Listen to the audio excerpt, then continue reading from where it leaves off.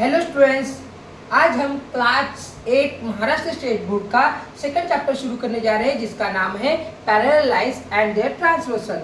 सबसे पहले students, parallel lines का ये चैप्टर शुरू करने से पहले हम बेसिक समझ लेते हैं। बेसिक क्या है? तो लाइंस मतलब क्या? लाइंस मतलब क्या कि जिसको दोनों साइड से एरो होता है। एरो का मतलब क्या स्टूडेंट्स? कि जो दोनों साइड से इंक्रीज होता है। ठीक है, इंक्रीज होता है। अभी स्टूडेंट्स, बहुत सारे बच्चों को ये भी पता नहीं है कि लाइंस को नाम कैसे दिया जाता है। तो स्टूडेंट्स, यहाँ अगर ए और बी लिखा, इसी को लाइन को मैं क्या लिखूंगा स्टूडेंट्स? लाइन ए बी, या उसी को हम दूसरा उल्टा भी बोल सकते हैं, लाइन बी ए। ठीक है। नाउ स्टूडेंट्स, अगर इसी लाइन को अगर मैंने यहाँ ड्रॉ कर लिया और इसको मैं एक लेटर से भी शो कर सकता हूँ, जैसे मैंने इसको नाम दे दिया एल, तो इसका मतलब क्या हुआ कि मैं इसको लिख सकता हूँ लाइन एल। स्टूडेंट्स, ये आपको समझ में आ रहा है और एकदम बेसिक से समझाऊंगा। क्लास 9-10 में आपको बिल्कुल दिक्कत नहीं आएगी अगर आपने मेरा वीडियो पूरी तरह से देख लिया है। ठीक है। अभी स्टूडेंट्स, हम पढ़ रहे हैं पैरेलल लाइंस। पैरेलल मतलब क्या? समझो, लाइंस की फितरत क्या है कि दोनों साइड से बढ़ना। लाइंस की ये हैबिट है। तो ये लाइंस हर बार आगे स्ट्रेट जा रही है, दूसरी लाइंस भी आगे स्ट्रेट आगे स्टूडेंट्स।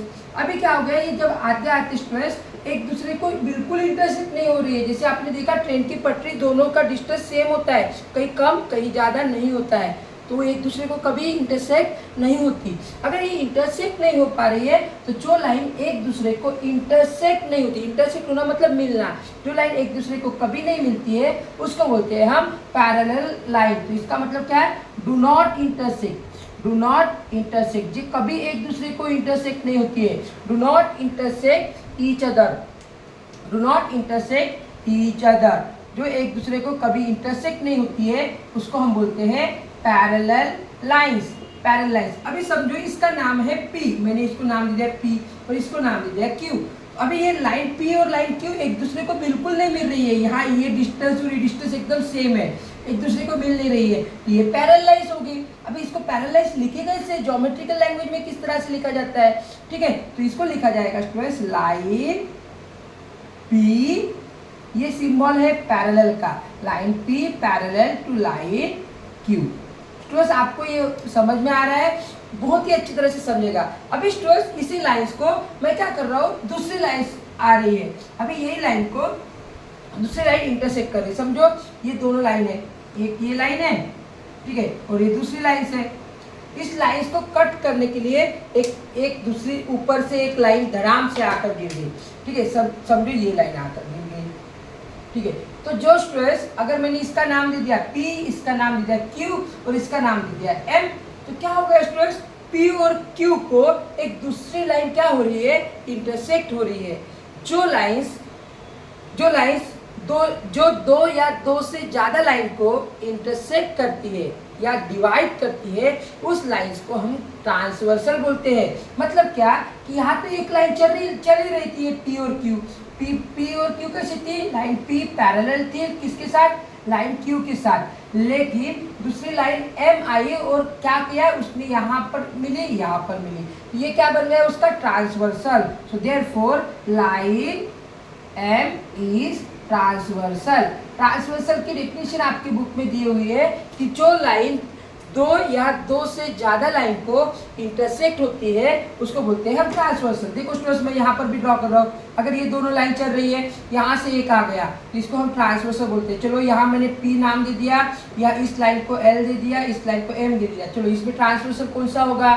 ट्रांसवर्सल होगा P, क्योंकि जो लाइन दो से ज्यादा लाइन को या दो लाइन को ये करती है, इंटरसेक्ट करती है। अगर मैंने स्टूडेंट्स 1 2 3 लाइन ड्रॉ कर ली, ठीक है, और यहाँ से मैंने स्टूडेंट्स एक लाइन ड्रॉ कर ली, यहाँ दो लाइन ड्रॉ कर ली, अभी इसमें ट्रांसवर्सल कौन सा होगा? तो देखो स्टूडेंट्स, अगर मैंने यहाँ M और N यहाँ लिखा मैंने स्टूडेंट्स P Q R, अभी स्टूडेंट्स 3 लाइन शो की है, ये M भी इसका ट्रांसवर्सल हो गया, N भी ट्रांसवर्सल हो गया, क्योंकि ये दोनों दो से ज्यादा लाइन को इंटरसेक्ट कर रही है। ये स्टूडेंट्स, ये P भी M और N का ट्रांसवर्सल हो गया, Q भी M और N का ट्रांसवर्सल हो गया, R भी M और N का ट्रांसवर्सल हो गया, क्योंकि दो से ज्यादा लाइन को इंटरसेक्ट कर रहे हैं, इसका मतलब उसको हम बोलेंगे transversal. Again students, simple language में बताना चाहूंगा कि ट्रांसवर्सल मतलब क्या होता है? जो दो से ज्यादा लाइन को इंटरसेक्ट करता है। लेकिन अगर मैंने एक लाइन लिखी, ये लाइन लिखी L और ये दूसरी लाइन ड्रॉ की M, क्या स्टूडेंट्स, ये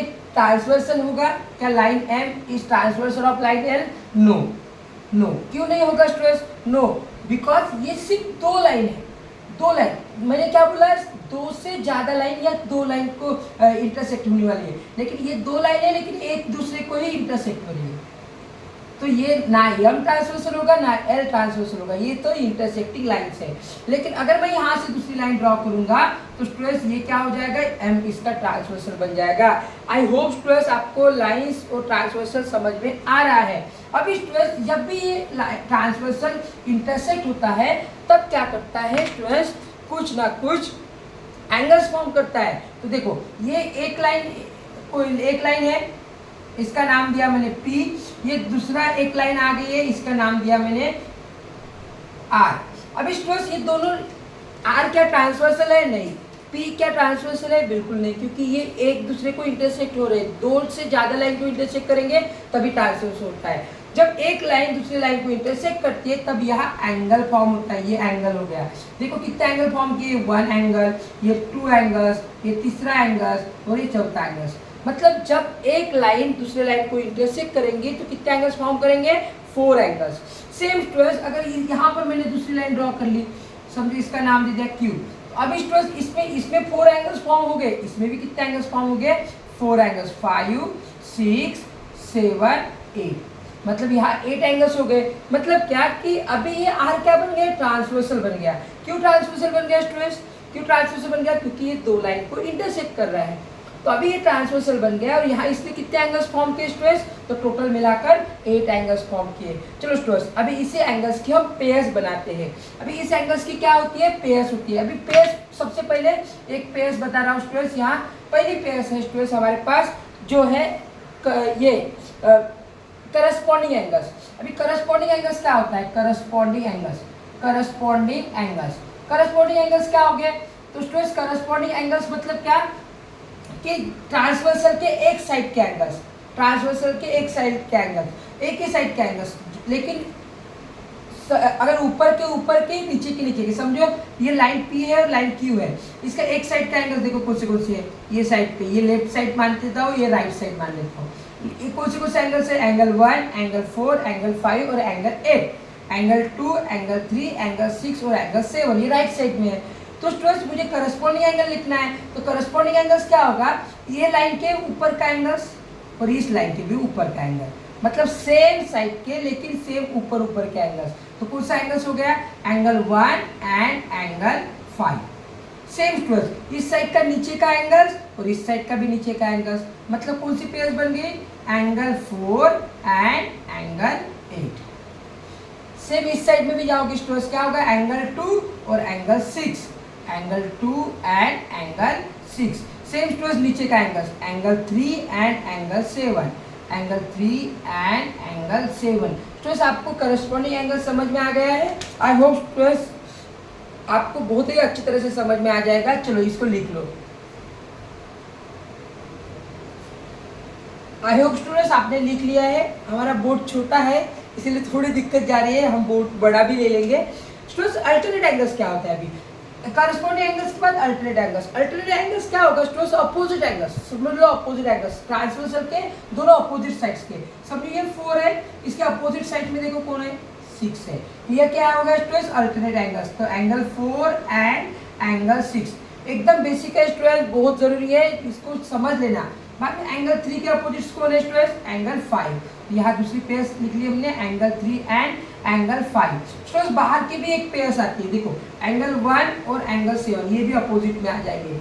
एंगल 1 एंड एंगल 7 और दूसरा angle 2 and angle 8, angle 2 and angle 8। Students alternate interior angles होते हैं और अल्टरनेट एक्सटीरियर एंगल्स होते हैं स्टूडेंट्स। अभी हम बात करते हैं एक्सटीरियर एंगल्स और इंटीरियर एंगल्स की। अभी एक्सटीरियर और इंटीरियर आपको नाम से ही पता चल जाता है स्टूडेंट्स, नाम से ही पता चल जाता है कि कौन सा एक्सटीरियर है और कौन सा इंटीरियर है। अभी इंटीरियर मतलब क्या और एक्सटीरियर मतलब क्या, ये समझ लो स्टूडेंट्स। आई होप आपको पता चल रहा है। चलो कमेंट बॉक्स में जल्दी लिख लेंगे कि क्या होता है एक्सटीरियर, क्या होता है इंटीरियर। अभी इंटीरियर मतलब क्या कि अंदर वाले एंगल्स। अभी अंदर कौन से? अंदर मतलब किसके अंदर? ये लाइंस के अंदर। अभी लाइंस के अंदर से आपको कौन से एंगल दिख रहे हैं students? Angle 4, angle 3, angle 5, angle 6। इसकी कोई पेयर्स नहीं होती है। तो लिख लेंगे डायरेक्टली एंगल 4, एंगल 3, एंगल 5 और एंगल 6। एंगल 6 एक्सटेरियर मतलब लाइन के बाहर के, कुछ कुछ है angle 1, angle 2, angle 8, angle 7। 1, angle 2, angle 8 और एंगल 7। स्टूडेंट्स आपको ये आई होप ये बेसिक समझ में आया है। अभी देखो स्टूडेंट्स, आप इसको 2 मिनट्स में ये नेक्स्ट प्रैक्टिस सेट सॉल्व करोगे। तो चलो ये लिख लो। चलो स्टूडेंट्स, ये प्रैक्टिस सेट 2.1 का क्वेश्चन है। पहला क्वेश्चन, फर्स्ट क्वेश्चन पढ़ रहे हैं हम। पहला क्वेश्चन में क्या दिया हुआ है स्टूडेंट्स कि इन द एक्सोनिक फिगर यहाँ दिया हुआ है कुछ एंगल्स शो किए गए, उस एंगल्स को हमें ये करस्पॉन्डिंग एंगल्स और इंटीरियर अल्टरनेट एंगल्स लिखना है।